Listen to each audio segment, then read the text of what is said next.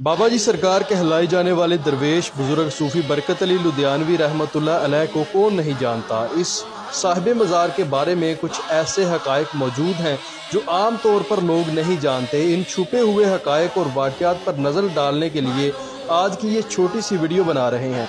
सूफ़ी बरकत अली रहमतुल्लाह अलैह बर सगीर के एक अजीम दरवेश बुजुर्ग हैं।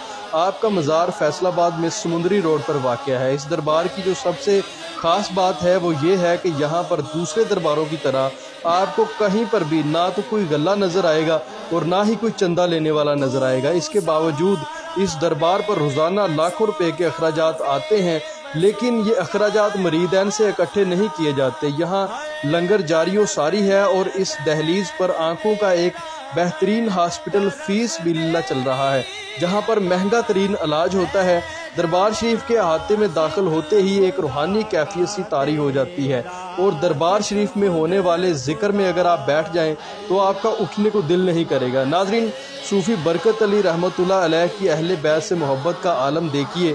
पाकिस्तान से एक दफ़ा एक शख्स उम्रा करने के लिए गया। जब वो मदीना मुनव्वरा में क़याम पज़ीर था तो ख्वाब में नबी करीम सल्लल्लाहु अलैहि वसल्लम की ज़ियारत नसीब हुई। नबी पाक सल्लल्लाहु अलैहि वसल्लम ने इस शख्स से फरमाया कि क्या तुम बरकत अली को जानते हो?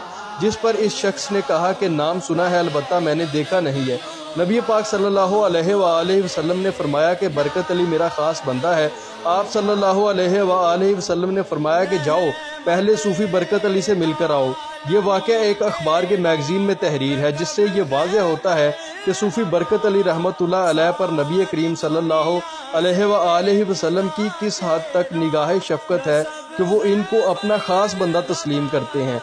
नाज़रीन, इसी तरह एक वाक़या तहरीर किया जाता है कि एक दफ़ा सूफ़ी बरकत अली रहमतुल्लाह अलैह को थाना में पकड़ कर लाया गया। इनकी गिरफ़्तारी इनको मशकूक समझ कर की गई थी, क्योंकि इस वक्त इनके दरबार शरीफ वाली जगह एक जंगल नमा होती थी और अक्सर औक़ात जराइम पेशा अफराद वहाँ पर आकर छुप जाते थे। बस इसी शक की बिना पर बाबा जी को भी हिरासत में लिया गया और थाने में लाकर खड़ा कर दिया गया। बाबा जी दूसरे लोगों के साथ धूप में खड़े थे।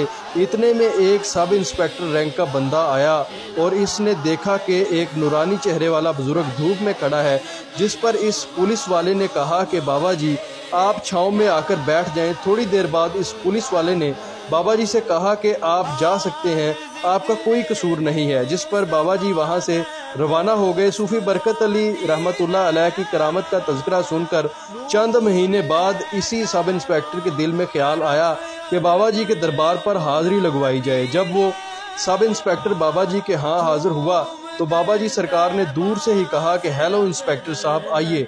जिस पर इस पुलिस वाले ने कहा कि बाबा जी मैं अभी सब इंस्पेक्टर हूँ, इंस्पेक्टर नहीं हूँ। तो बाबा जी ने कहा कि तुम्हें याद होगा कि तुमने मेरे साथ एक मरतबा नेकी की थी, जाओ मैंने तुम्हें इंस्पेक्टर बना दिया, आज से तुम सब इंस्पेक्टर नहीं बल्कि इंस्पेक्टर हो। नाज़रीन, वो पुलिस वाला जब थाना पहुंचा तो इसकी तरक्की के अहकामात जारी हो चुके थे।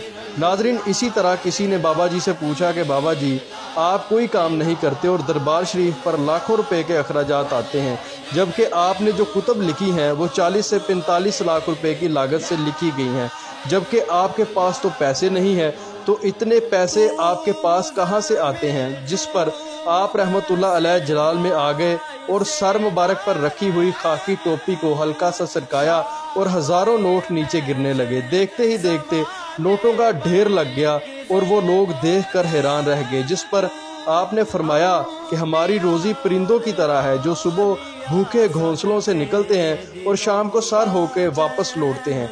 नाज़रीन, ये वही सूफ़ी बरकत अली हैं जो नबी करीम सल्लल्लाहु अलैहि वसल्लम के ख़ास आदमी हैं। आपके दरबार पर हर वक्त ज़िक्र व अज़कार की महफ़िल सजी रहती है। रोज़ाना हज़ारों अक़ीदतमंद यहाँ पर हाज़िरी देते हैं।